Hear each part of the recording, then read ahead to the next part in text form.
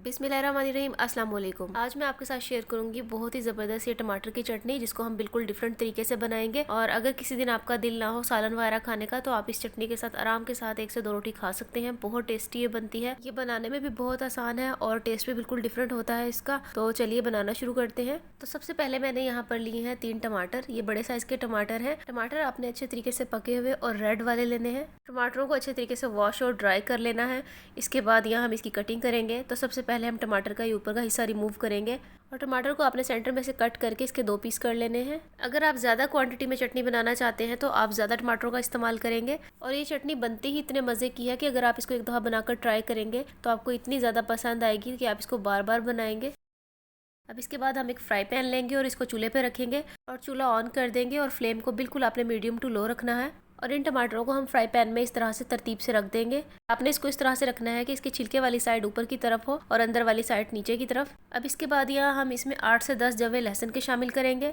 और अगर लहसुन की कलियाँ बड़ी हों तो आप इसको दरमियान में से कट भी कर सकते हैं।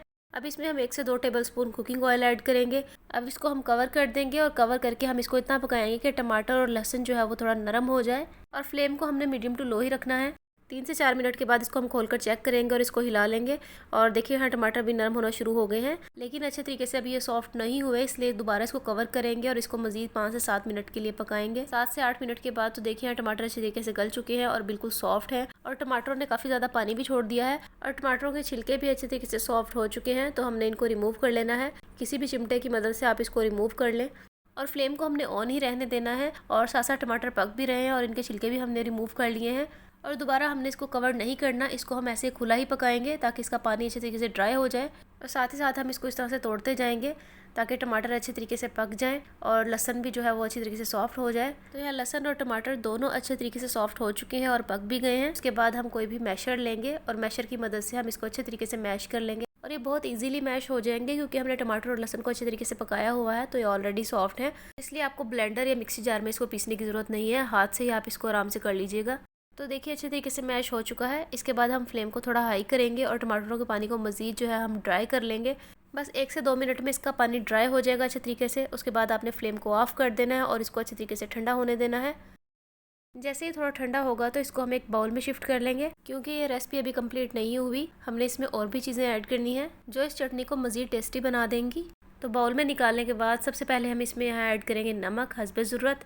अब हम इसमें एक छोटी साइज़ की चॉप की हुई प्याज ऐड करेंगे।